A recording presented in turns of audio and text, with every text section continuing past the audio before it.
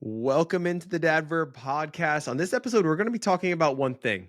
It is a comment that came in from Discord, and that is going to be the sole focus of this episode. We're not even going to do our sick check because I'm fairly certain that we're all good. Ben is here. Ben is with us. It's not sick, but what I did do today, though, is I sliced I was cutting vegetables. Knife is sharp. Went right through a nail, which is a very terrible feeling, and it goes right through the skin, right on my thumb. Could have been way worse, but yeah, a good slice of nail just gone. It's a horrible feeling. Not every sick, time I use a mandolin, I have the same fear, and it. When I peel potatoes, it's why I learned knife skills. Fear of like just shaving off a piece of knuckle. Oh, I hate that. Anyway, losing a knuckle. Terrible. But we are going to be focusing on a comment that came out on Discord, and that's going to be the focus. I don't know if we're going to run our full 30 minutes. It might be longer, it might be shorter, but we just wanted to be here and chat about this because this is what this community of dads is for. Okay, here's a comment. I really feel like I've thrown my life away by having a baby. Our 5-week newborn is often unsettled, especially at night, is really distracting my wife and I. I now live in a constant state of anxiety and stress, anticipating our baby's next unsettled period and the toll it will take on us. My wife is exclusively breastfeeding, and at nights I sleep in a separate room, so I feel guilty of that burden of care is left to her, his wife, right? But also relief that I can escape from the baby. Even so, I wake up every night around 3 a.m. with nausea in my stomach and rarely fall back asleep. The days seem bleak. My wife has been rock solid, but even now she can sense unease and is herself questioning how committed I am to her and the baby. I want to break free from feeling this way. I don't know how. I'm already speaking to a counselor. I've signed up on local CBT as well. Doesn't feel like it's helping. Cognitive behavioral therapy for those of you. Yep. Thank you for that. And he says, but it doesn't feel like it's helping. Has anyone been through anything similar or any advice on what to do? So, guys, we talk about as dads, it's hard, but it's fun, and there's a bright side, and but the reality is, in some cases, it is not easy. It's not a cakewalk. Babies aren't a way to solve a marriage. It's hard. It's hard. And it is not uncommon for people to straight up say, like, I regret having a baby. This was a bad decision, right? Or if it wasn't a decision, it was unplanned. This was bad. This is not fun. This is not a good experience. Okay. So sorry. So go ahead, man. Go ahead. I do want to point out that this came in on our Discord. It took less than 15 minutes for another member of our community to reach out to this person and respond and say, I'm there. Here's some advice. Here's some, let me know if you need anything. And this all happened at 3 a.m. one morning when most of us were asleep. So for those of you who are like, is this Discord worth it? Is a thing that there are people here willing to help and support all dads at almost all times of day. So yeah, it didn't just go into the ether, right? Yeah, it is timestamped at 3:44 a.m. I don't think that this person is exaggerating when they say that they wake up every night around 3 a.m. with nausea in my stomach and I rarely fall back asleep. Like, I think this is a real, this is tough. So I wanted to open the floor here to all of us. And I'll lead off by just saying I am very empathetic to this, because in the midst of me doing content for Dad Verb, right, where I'm reviewing gear, I'm talking about how great this is, there were often times where I felt like an absolute hypocrite because I felt this exact same way, right? And I quite often felt like I was talking about being a dad and all that on YouTube more than I was actually being one, right? When deep down I craved an escape because this shit's hard. Oh, sorry, we don't really curse on this channel. I'm sorry, but on this podcast. But this shit is hard. Yeah, but honestly, that's just the way. It's the best soft, way to put it. And it's runny, and it's brown, and it's everywhere. Yeah, and I'll tell you, and we always say it, man. He said he's on week 5. That's the first 4 months, man. it is a grind. It is a physical toll. There's just no sleep. There's no solution. It's like, why does my baby have colic? What is it? Gas? Like, what is? I spent 6 months with a video baby monitor at my headboard, playing the audio all night long. That kid coughed, they screamed, whatever. I woke up. It drove my wife nuts, but it's the only way I made it through that anxiety and got any type of sleep. Right. For that first period. So, like, you are not alone. We have all gone through this. Yeah. And I even said this on the Discord, right? It's still to this day. I have a 2-year-old and a almost 1-year-old. There are times when I'm afraid to open their bedroom door after a nap because I don't know what I'm going to find. Yeah. Did they roll over and suffocate on a teddy bear in the middle of the night? Did she choke on a 1/4 tablespoon of juice because we left a cup in her bed? Like, it hasn't happened. Knock on wood, it won't. Right. But it's just there. It's a constant state of anxiety that it exists, and you have to figure out how to cope with it. Right. And it's easy for us to like have the big picture because we, we're kind of out of it, right? We are able to get through those early months, get to month 6, and there is that light at the end of the tunnel where it's like, okay, you will snap into a routine. This is a big shift, especially when it's just you and wife. Change. Yeah, it's a huge change. It's a huge change, and your time is, and this has always been my biggest struggle. Your time doesn't revolve around you and your wife anymore. We can't just pick up and go to San Francisco whenever you want. We can just do whatever, or just like, I'm gonna stay up.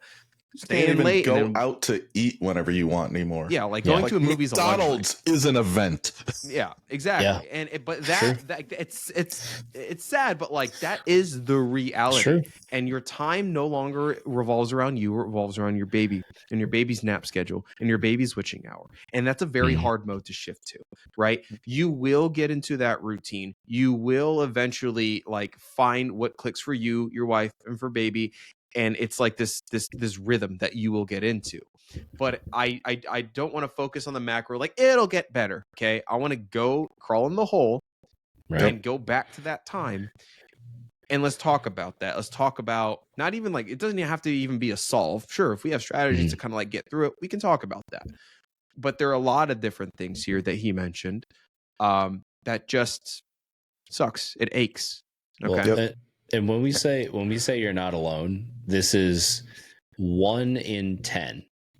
So 1 in 10 men that have children will experience either postpartum depression or postpartum anxiety. Yes. Like, or a combination of the two. Right. It's just a reality of having kids. And unfortunately, I think a lot of us see this, we were talking a little bit before the episode.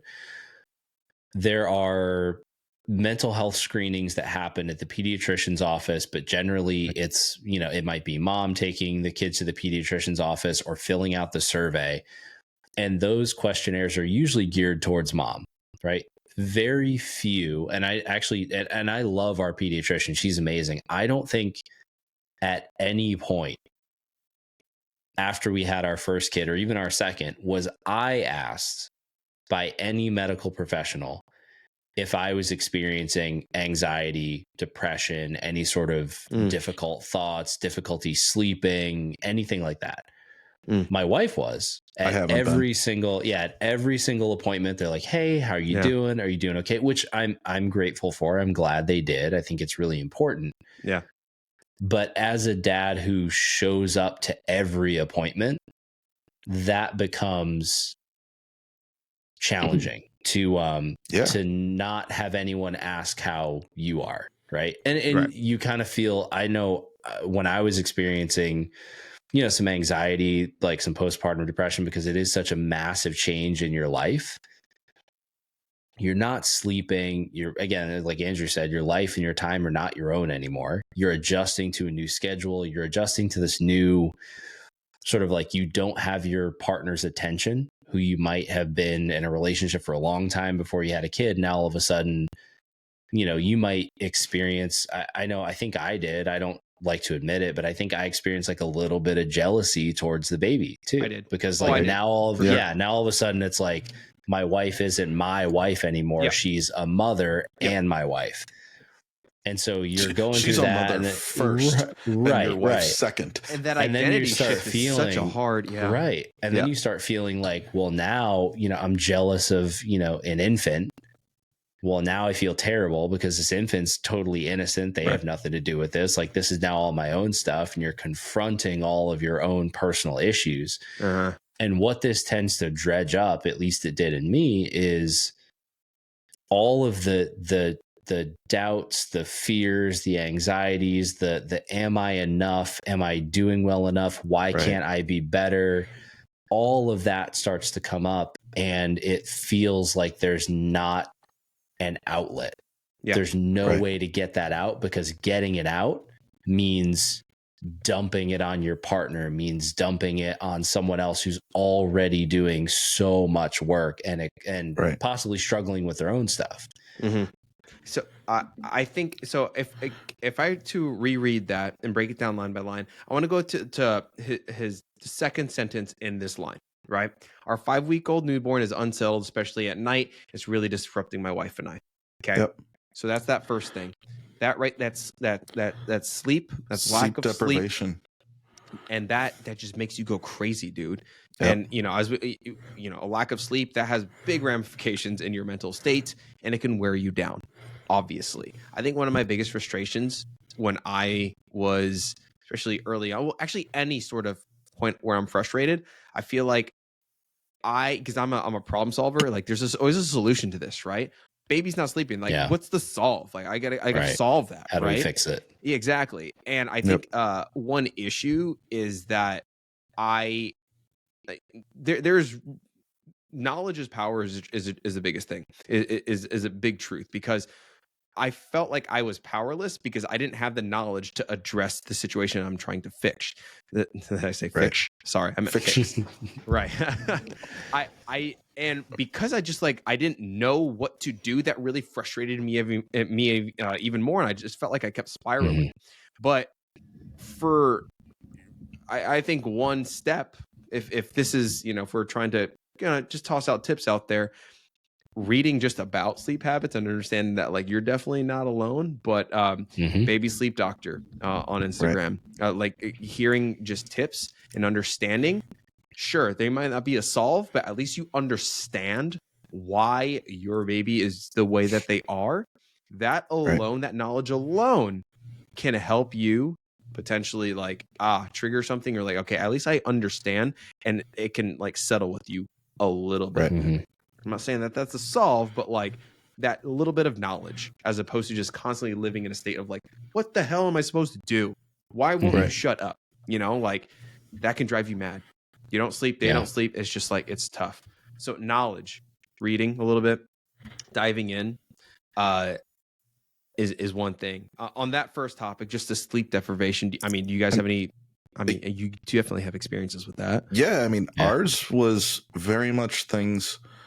So my kids all slept very well, very early. But we did a lot of things to make sure they were as comfortable as possible, right? We had space heaters from the very beginning. Their rooms were always 74, 75 degrees. Swaddles, I went through 4 or 5 different swaddles trying to find the right swaddle, right? The heartbeat lullaby thing. With my first daughter, we were still trying to breastfeed and trying to do formula, and giving my wife that opportunity to take a break while we did formula. And we're going to get to it in a couple sentences here, but I think this individual is definitely not feeling it. It seems like they're feeling detached from their own child because they're not getting that feeding bonding time. Right. And I think there's a big portion of that where I had done a ton of research and had some more of that knowledge, and I knew that feeding your child was important for alleviating some of that anxiety and feeling connected to the pregnancy. And so that would be one of my first things is, look, even if your kid is screaming at the top of their lungs in your chair, holding them and just physically being connected is going to help you, even if you can't settle them down. because looking on and having that stress is going to be worse, right? Yeah.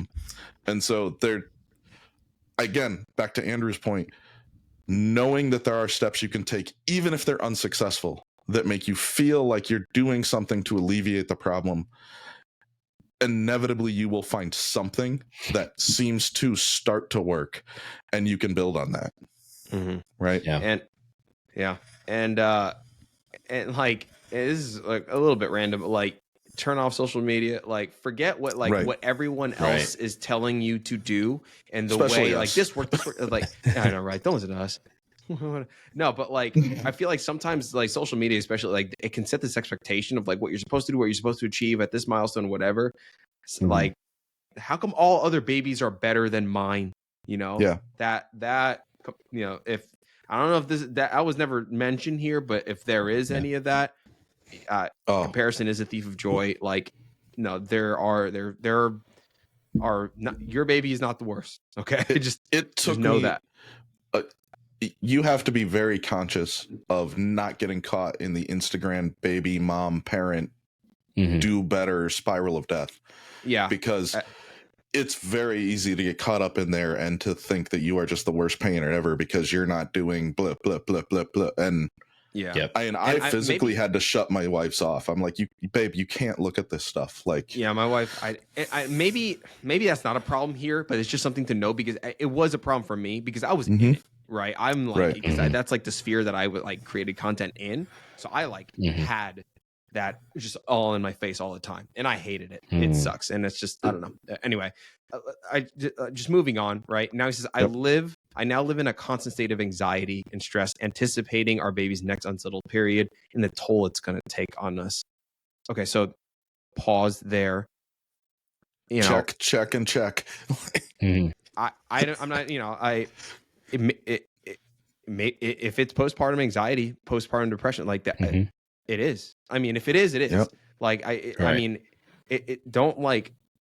I don't have that. Only women have that. I don't have that. I'm just like, I'm just kind of sucks, you know, like, no, you might, you know?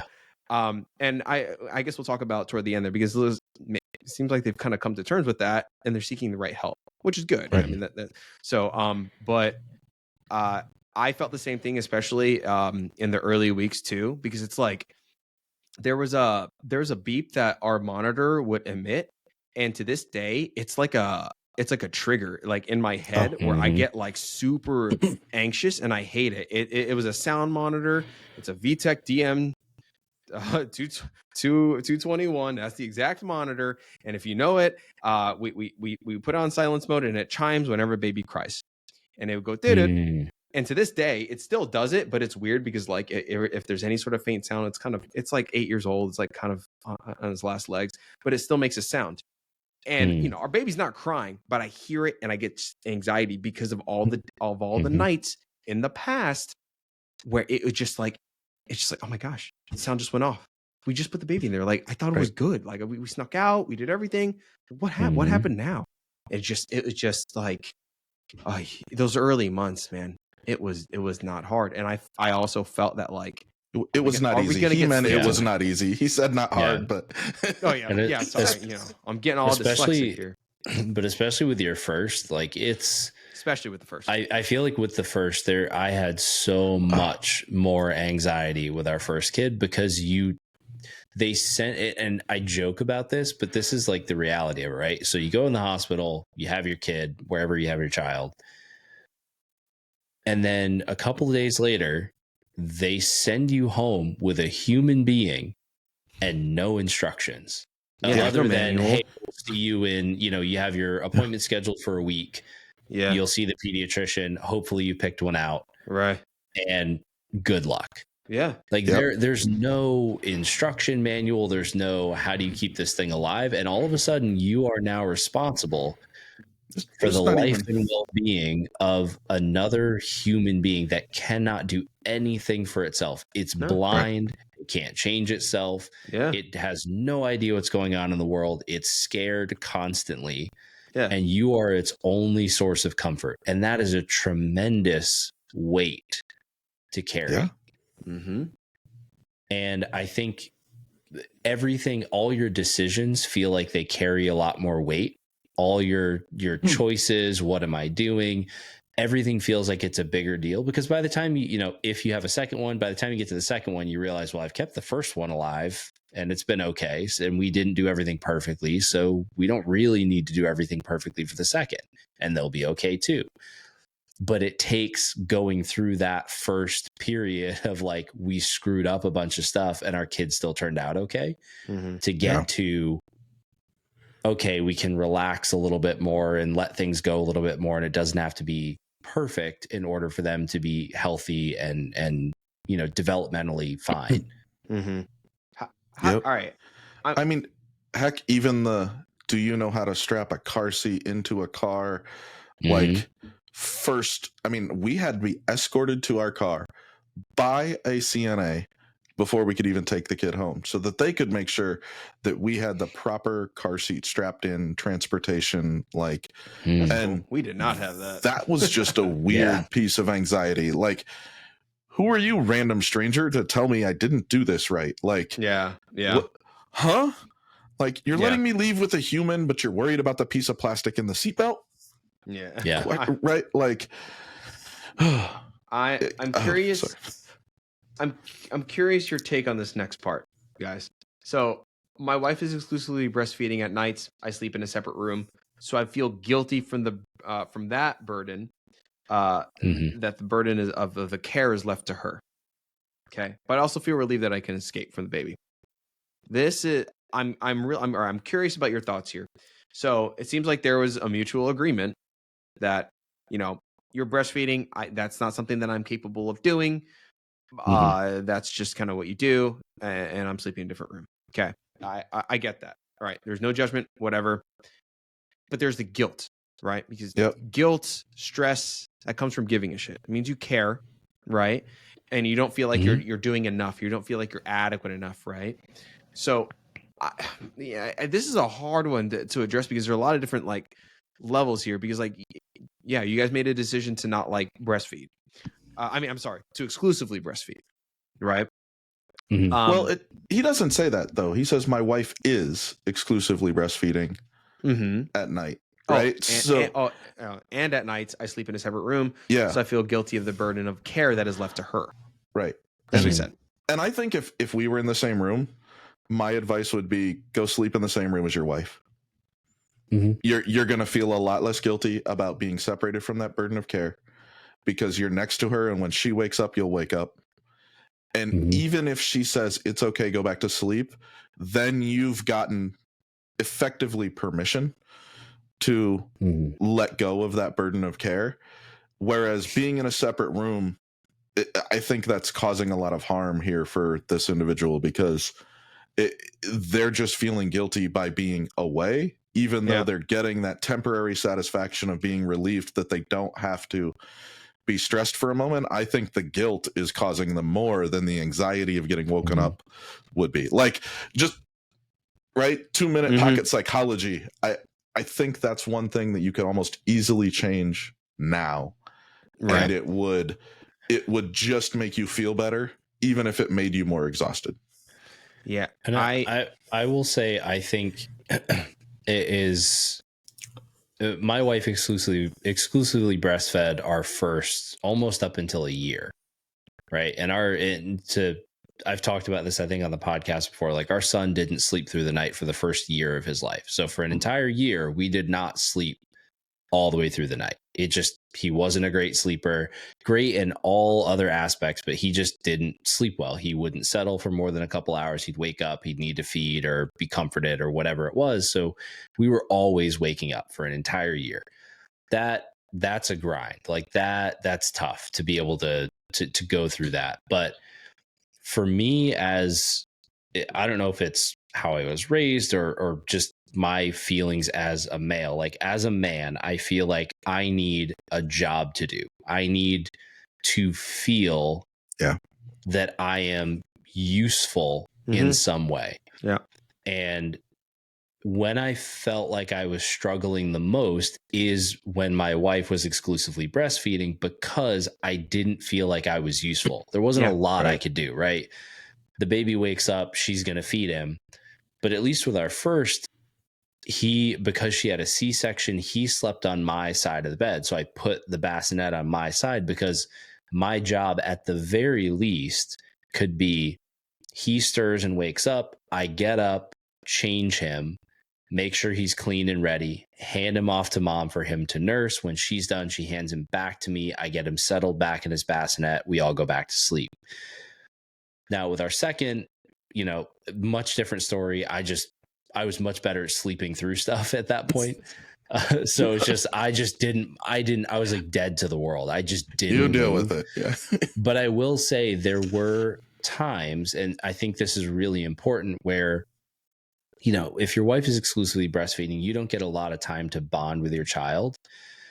And so taking every opportunity you can, whether it's changing a diaper or getting them ready or prepping equipment for mom to pump or whatever it is. And then even in the middle of the night, if she was waking up at 2 or 3 in the morning to breastfeed, the ability to be there and just roll over and put my hand on my daughter's back while she was feeding, or, put my hand on my wife's shoulder, even if it was just me falling back asleep. But that physical connection to them bonding helped me feel included in what they were doing, even though I'm really not doing anything. I'm just laying there.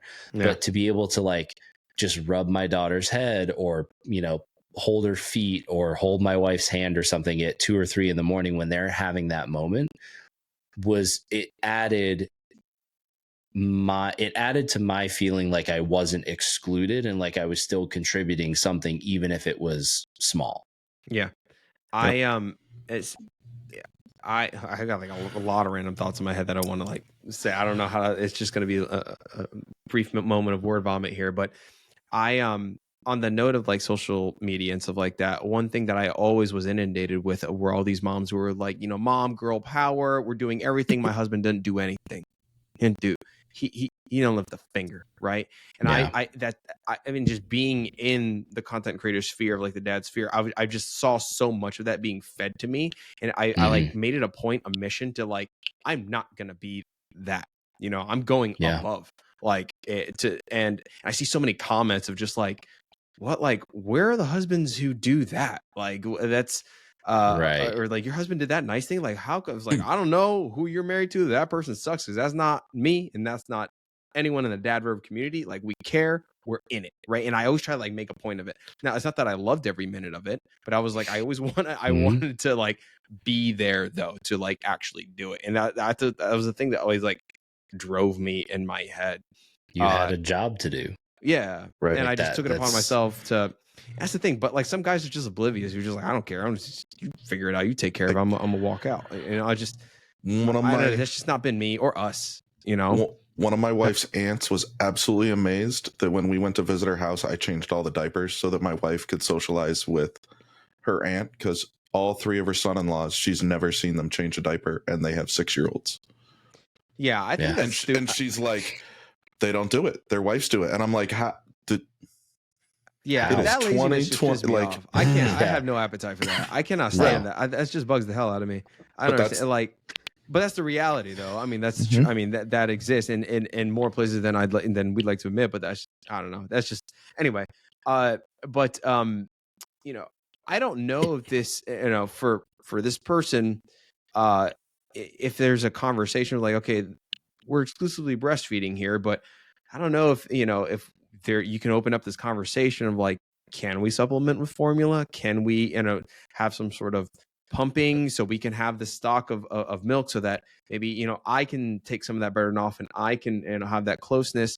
That might be helpful. But then on the other hand, I'm reading things in here that are saying it's an escape. I don't have to worry about it. And I kind of need that time to myself, So for me, we had a lot of different approaches through 3 kids. One of the most, I would say, the more favorable things for us was just, we took it in shifts, right? We had that's what we did for both kids. 11 a.m. to 3 a.m. kind of this is my time, is my responsibility. Anytime baby gets up there, I got this, and then And then, the latter block is yours, so that we divvy it up equally.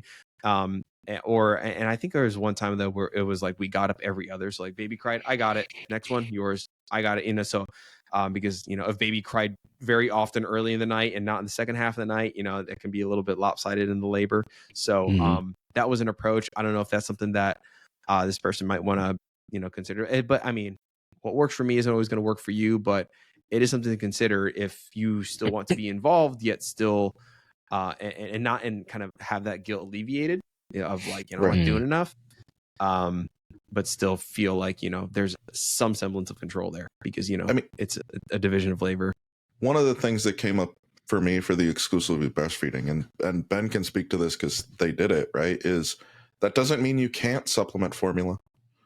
Yeah. As long as your child is not allergic and you've done the proper testing to make sure they're not, there will be no damage, right? The feeding thing, that just becomes such a religious, political, topic, and it's like, I mean, I'm not gonna like just know that our thoughts on that we're pretty like we don't think formula is evil and going to kill your kid, is kind of where we're at. But I don't know.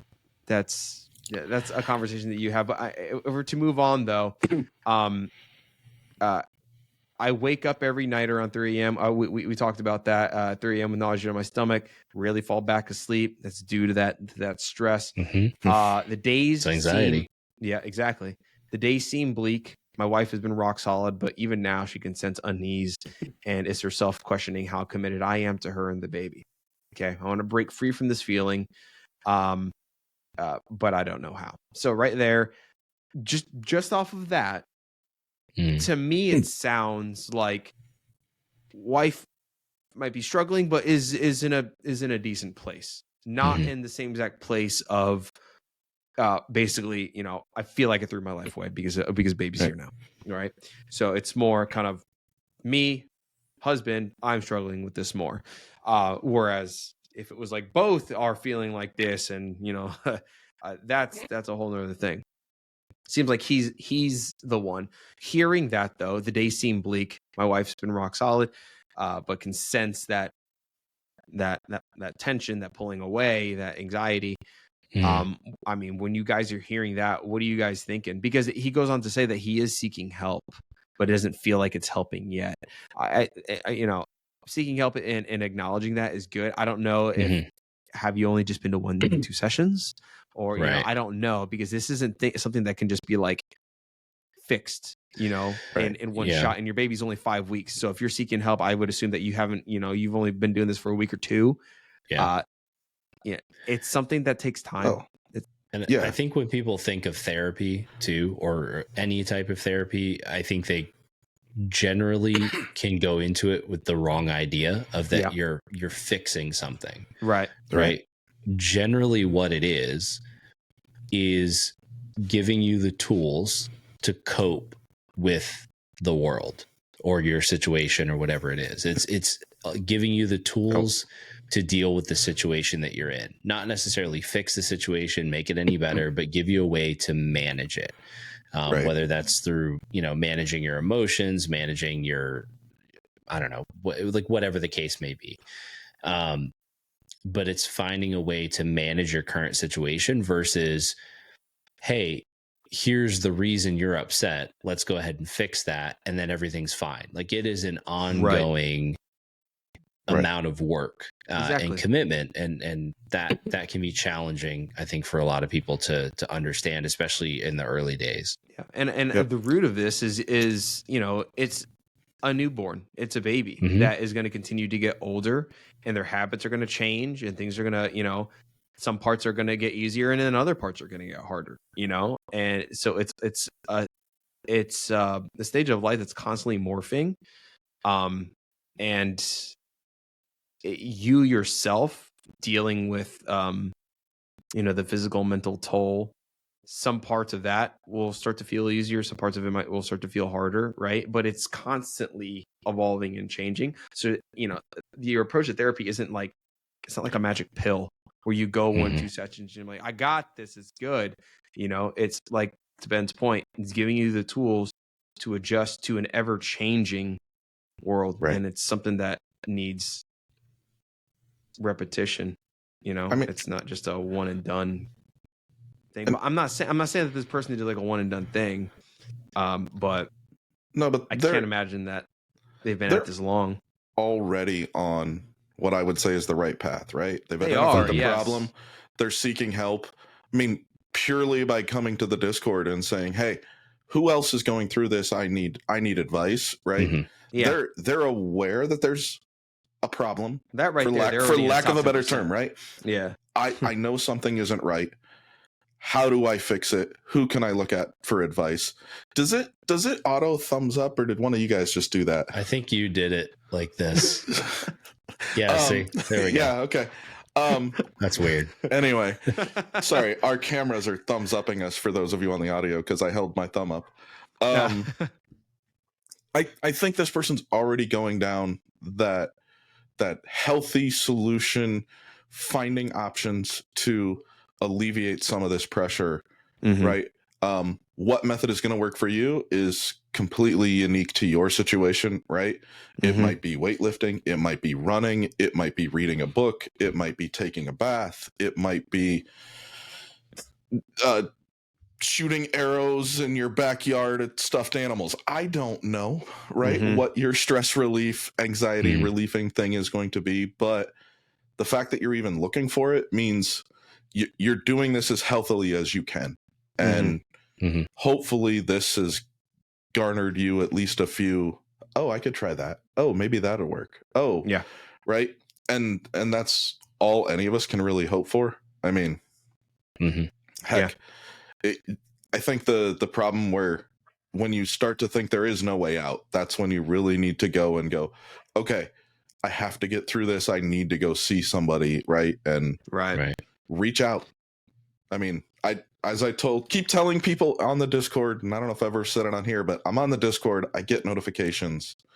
Everybody on the server can message me privately or community, and I respond within 24 hours at the most on 99% of this stuff. So if you're feeling like this individual, hit me up. I'll respond. I will not have all the answers, but I'll at least talk to you.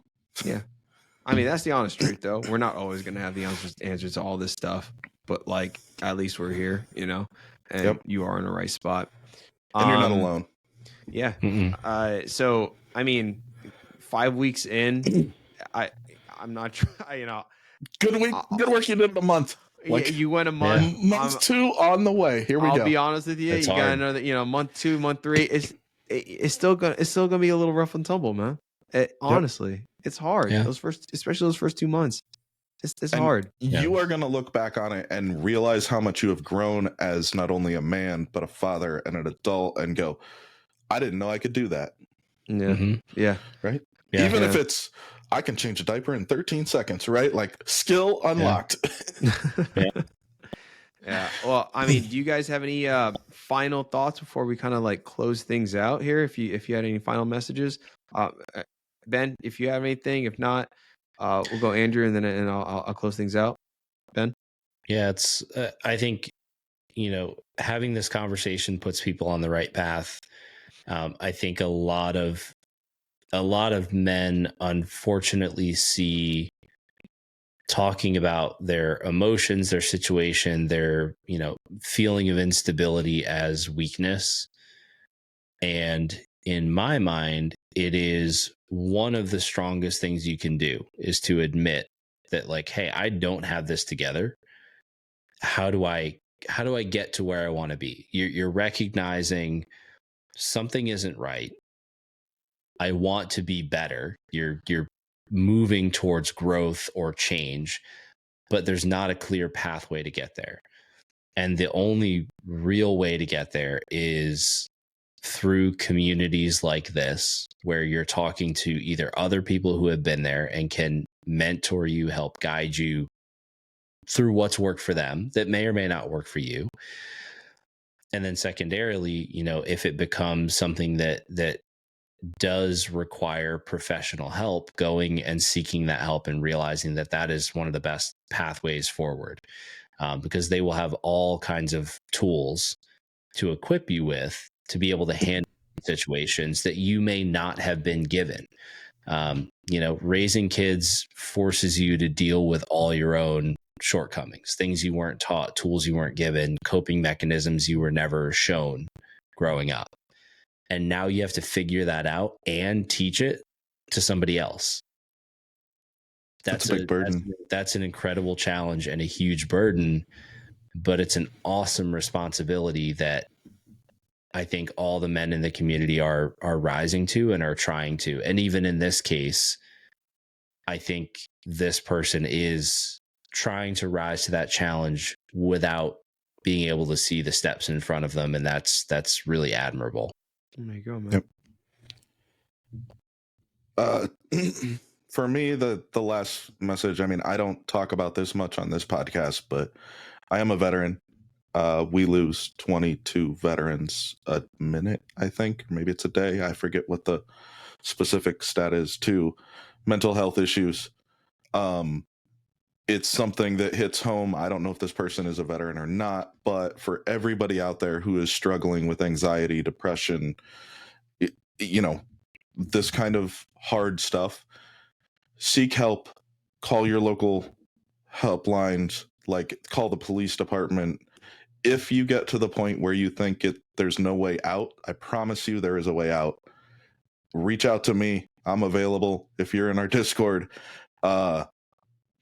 talk to somebody, because there is always a path forward. And I don't want any kid to ever grow up without having their dad in their life. And I know that was a very sombering moment, but don't give up. You can do this. You can make it through.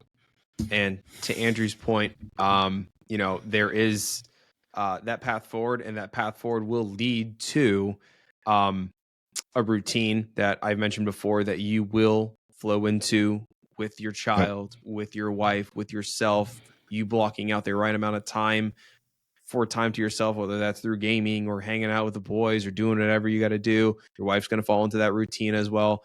And it will click. It will click. But especially in these early weeks that this person is going through, it is a big just moment where your whole life is turned upside down and your life isn't yours anymore.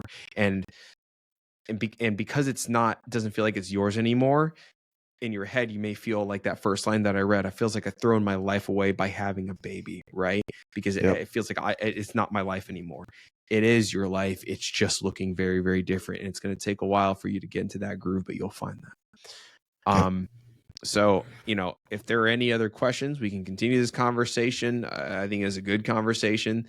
This is, it's great that we have a Discord where we can get these comments and have mods like Andrew, who's extremely active, as he said, who's there. It's awesome. It's awesome. This is, we have plenty of episodes where we joke around, we talk about products, we do this and that, but then there are also ones where we're actually like really truly serve the purpose of what Dad Verb was really created for. And that's support dads who want to be more active in their parents' lives or in their child's lives. Verb is to do, to be active, right? Dad Verb. That was the whole impetus of this whole thing. And that's what this person's trying to do. They're going to do it.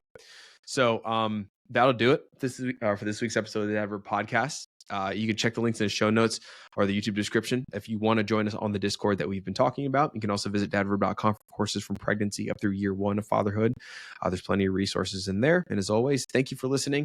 We'll catch you in the next one. Peace.